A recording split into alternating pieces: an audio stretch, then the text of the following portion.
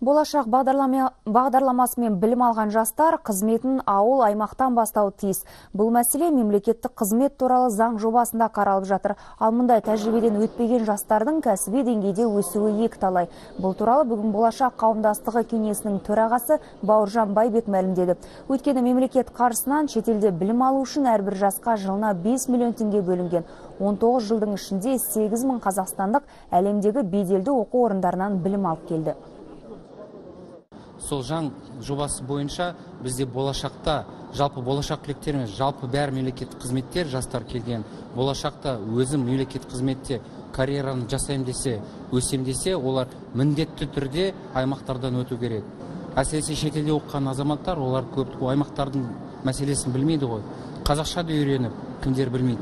Соны барып аймақтардан өтсе, онда болашақтарда өздерінің заманына сай білімі өте жақсы. Осы мақсатта Астана мен Алматыда болашақ түлектерінің 5-ші форумы өтіп жатыр. Дәстүрлі форумға мемлекеттік орган, ұлттық және жеке компаниялардың өкілдері қатысуда. Қазіргі уақытта 5 болашақ бағдарламасын бітірген балалардан 5 резюме түсті.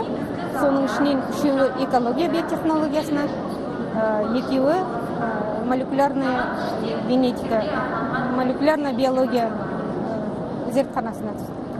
Тәжірибе етпейді.